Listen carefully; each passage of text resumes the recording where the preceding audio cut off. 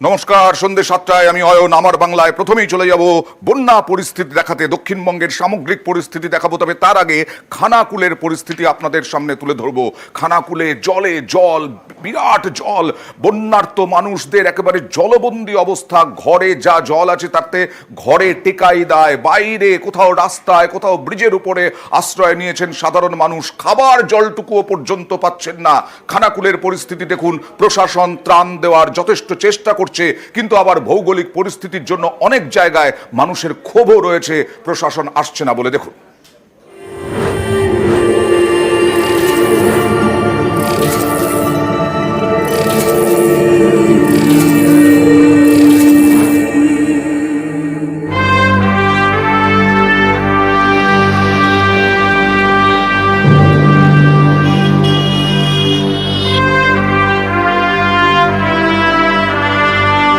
News 18 বাংলায় আপনারা দিনভর দেখছেন জল ছবি, জল যন্ত্রণার ছবি।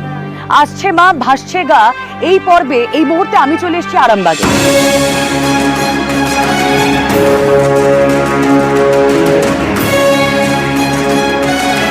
জলমগ্ন পরিস্থিতি সেটা আপনারা বুঝতেই পারছেন, এবং জলের মধ্যে দিয়েই নৌকায় করে পৌঁছে যাচ্ছে বন্যা দুর্গতদের কাছে ত্রাণ, পৌঁছে যাচ্ছে শুকনো মুড়ি, বিস্কিট এবং প্রয়োজনীয় খাবার দাবার।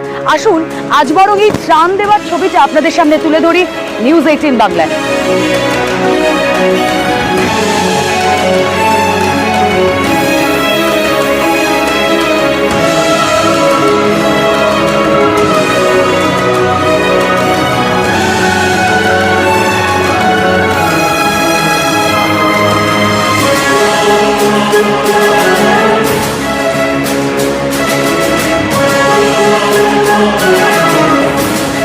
মাঝে মাঝে বলি ডিভিসি মানে ডিভিসি, ডোবানো, ভাসানো, চোবানো। তাই যেভাবে কেন্দ্রীয় সরকার যেভাবে আমাদের বাংলাকে যেভাবে ডুবিয়ে দিচ্ছে, তারই প্রতিবাদে আমাদের মাননীয় মুখ্যমন্ত্রী বলেছে, ওই জন্য আমরা সবাই এখন রাস্তায় আছি।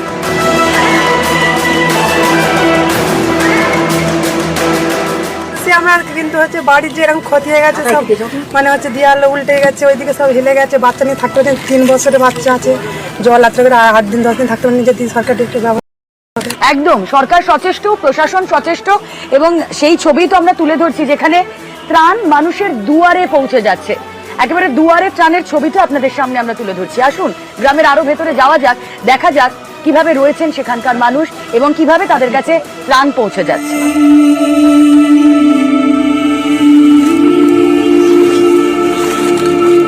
আচ্ছা, এদের কি করবেন এটা নামটা নোট করো না প্রধান।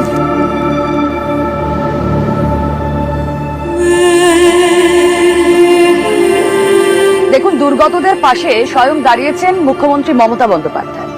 এই বন্যা দুর্গত এলাকা তিনি পরিদর্শন করেছেন, তিনি নিজে এসে খতিয়ে দেখেছেন সরজমিনে পরিস্থিতি।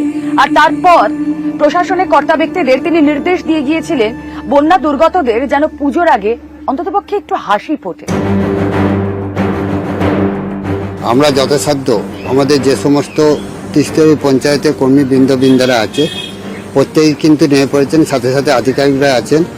আপনারা তো জানেন যে গত 2 দিন আগে আমাদের সর্বোচ্চ শ্রদ্ধেয় মমতা ব্যানার্জি এসেছিলেন, পুরসুরে এসেছিলেন, ঘাটালে গিয়েছিলেন, পাঁচকুড়ায় গেছেন। তো আমরাও অনুরূপভাবে আমরাও কিন্তু যথাসাধ্য চেষ্টা করেছি জনগণের পাশে থেকে তাদের অসুবিধা দূর করার।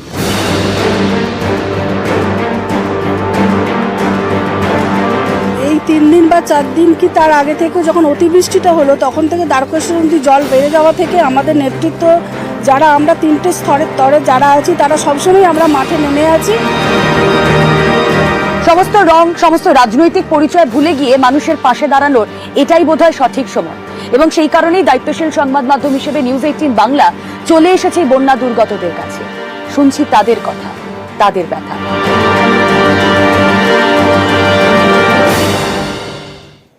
কিরকম দুর্ভোগে আছেন সাধারণ মানুষ এই দুর্যোগের মধ্যে।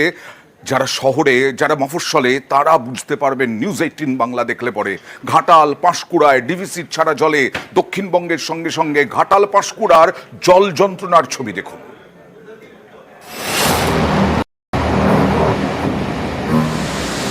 ডিভিসির জলে ফুঁসছে নদী, দক্ষিণবঙ্গের বিভিন্ন জেলা ভাসছে।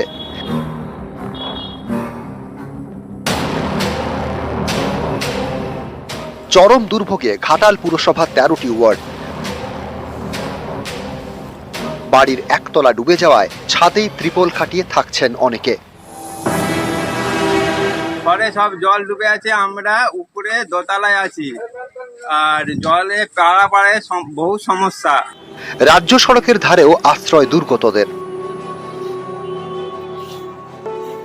কদিন এখানে আছেন রাস্তার উপরে? এখানে 5 দিন আছে। রাস্তার উপরে? হ্যাঁ। বাড়িতে নেই কেন? না, বাড়িতে জলে ডুবে গেছে।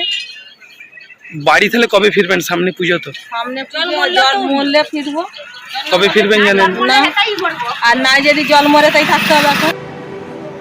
দোকান বাজার যেতে হচ্ছে নৌকায় চড়ে। বহু এলাকায় বিদ্যুৎ নেই, মোবাইল ফোন চার্জ দিতেও সমস্যা হচ্ছে বলে দাবি স্থানীয়দের। মোবাইলের টাওয়ার একদমই নেই, ফোনে চার্জও নেই, বাজারে এসে আমাদের ওপরে নদীর ওপরে চার্জ দিতে হচ্ছে। পাশের জেলা পূর্ব মেদিনীপুরের পাঁশকুড়াতেও জল দুর্ভোগ। 1 এবং 9 নম্বর ওয়ার্ডের বেশিরভাগ এলাকায় এখনো হাঁটু সমান জল, কোথাও কোথাও বাড়ির একতলা সমান জল। ত্রাণ নিয়ে ক্ষোভ বাসিন্দাদের। কিছুই দিচ্ছে না, এই তো ফেরত যাচ্ছে। এসেছিলেন সে তো আসেনি, তো ভেতরে আসেনি, বাপ থেকে চলে গেছে ফেরত। নিউজ 18 বাংলা। হাওড়ার আমতায় ভয়াবহ ছবি, জলের স্রোত এখনো, আরো বাড়ছে জল। শুধু তাই নয়, সরকারি হাসপাতালে জলে জল, সেখানে রোগীর আত্মীয় সবাই ঠাঁই নিয়েছেন, কারণ বাড়ি যেতে পারছেন না। আর একটি বৃদ্ধাশ্রম দেখলে আপনারও চোখে জল আসবে। সেই বৃদ্ধাশ্রম একতলা পুরোপুরি ডুবে গেছে, আর বারান্দায় দাঁড়িয়ে হা হুতাশ করছেন সেই পরিবার পরিজন ছেড়ে আসা বৃদ্ধারা। জলমগ্ন হাওড়ার আমতা, রাস্তায় জল, ঘরেও জল। আমতা জুড়ে এখন শুধু জল আর জল। বিভূতিভূষণ ধর গ্রামীণ হাসপাতাল, আমতার সরকারি হাসপাতাল। এই হাসপাতাল এখন জলমগ্ন। হাসপাতালে যাতায়াতের একমাত্র ভরসা নৌকা। নৌকায় চেপেই হাসপাতালে আসছেন রোগী থেকে চিকিৎসকরা। চরম দুর্ভোগ। এরই মধ্যে চলছে হাসপাতাল। মুহূর্তে নৌকার ব্যবস্থা করা হয়েছে। প্রত্যেকটা কোয়ার্টার থেকে বা পেশেন্ট যেগুলো আসছে তাদেরকে আমরা 24 আওয়ার্স ইন্টু 7 ডেজ নৌকার ব্যবস্থা রেখেছি। আমরা সঙ্গে সঙ্গে নিয়ে আসছি, পেশেন্ট দেখছি এবং ট্রিটমেন্ট চলছে। এখনও পর্যন্ত কোনো রেফার হয়নি। পেশেন্ট পার্টি যেহেতু বন্যার জন্য বাড়িতে যেতে পারছে না, সেই জন্য আমরা পেশেন্ট পার্টিকেও খাবার দেওয়ার ব্যবস্থা করেছি এখানে। প্লাবনের জেরে বিপাকে আমতার জয়পুরের আমরাগুড়ি বৃদ্ধাশ্রম। একতলা জলে ডুবে গিয়েছে, দোতলায় কোনো রকমে দিন কাটছে বৃদ্ধাশ্রমের আবাসিকদের।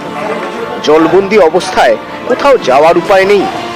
এদিকে মজুদ খাবার জলও প্রায় শেষ। উদ্বেগে পড়েন আবাসিকরা। আর কি বলবো, আমরা কিছু বলার আমাদের কিছু নেই। নিচের অংশ তো সব নষ্ট হয়ে আছে, আমরা সবাই ওপরে এখন একটা এভাবে আছি আমরা আনন্দ করে, আর কি ছাড়া কিছু করার। এই নিরানন্দেও আনন্দে থাকতে পারেন আপনারা, সেটাই তো। সেইটাই। বৃদ্ধাশ্রমের আবাসিকদের দুর্দশায় খবর পেয়ে আসরে প্রশাসন। শনিবার বিকেলে আমতার বৃদ্ধাশ্রমে যান হাওড়ার জেলা শাসক এবং আমতার বিধায়ক। বৃদ্ধাশ্রমের আবাসিকদের খাবার জল, শুকনো খাবার এবং পোশাক দেওয়া হয়। হাওড়া থেকে সন্তু মালিক এবং দেবাশিস চক্রবর্তী, নিউজ 18 বাংলা। গত দুদিন ধরে তো দেখছেন ঘাটালের পরিস্থিতি। ঘাটালেও এখনো জলে জল, শুধু জলে জল বলবো না, জল তো আছে, কিন্তু খাবার জল, বন্যার জলই ফুটিয়ে খাচ্ছেন সাধারণ মানুষ। পাউচ প্যাকেট পৌঁছানোর চেষ্টা করছে প্রশাসন। আমতাতেও খাবার জলের সংকট।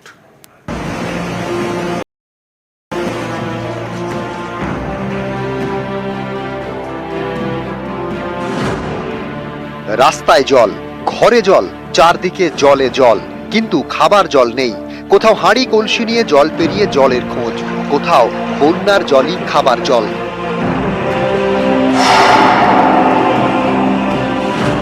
আমাদের জল টল একবারে খেতে পাইনি, আমরাই খেতে পাইনি। জল চারদিকে জলে যেমন থই থই করছে, আমরা এই জলকেই খেয়েছি। কি করব, উপায় নাই। কয়েকদিনের বৃষ্টিতে নদীগুলি ফুলে ফেপেই ছিল, তার উপর রেকর্ড পরিমাণ জল ছেড়েছে ডিভিসি। এতেই জলমগ্ন ঘাটাল, একতলা বাড়ির সমান জল। খাবার জলের কল সব ডুবে গিয়েছে, তাই তেষ্টা মেটাতে অনেকের জমা জলই ভরসা। বৃহস্পতিবার এই খবর দেখানো হয় নিউজ 18 বাংলায়। পানীয় জল কি করব, আর ওই বন্যার জলই একটু ফুটিয়ে তাকে ফিল্টার করে যা হোক করে খেতে হবে, এছাড়া উপায় নেই। তারপরেও কেটে গিয়েছে সময়, এখনো ঘাটালে খাবার জলের কষ্ট। পানীয় জল কিছু কিছু জায়গায় সংকট হচ্ছে, আমাদের পাশে টিউবওয়েল থেকে জল নেওয়া হচ্ছে, অনেক জায়গাতেই জলের সমস্যা হচ্ছে, সব জায়গায় তো জল পাওয়া যাচ্ছে না, অনেক জায়গাতেই সমস্যা হচ্ছে। কেউ কেউ বলছেন অবস্থা এতটাই খারাপ যে জমা জলই ফুটিয়ে খেতে হয়েছে তাদের। আমাদের জল টল একবারে খেতে পাইনি, আমরাই খেতে পাইনি। জল চারদিকে জলে যেমন থই থই করছে, আমরা এই জলকেই খেয়েছি। কি করব, উপায় নাই, নামতে পারিনি, কি করব, স্কুলের টঙে রয়েছে অবস্থা।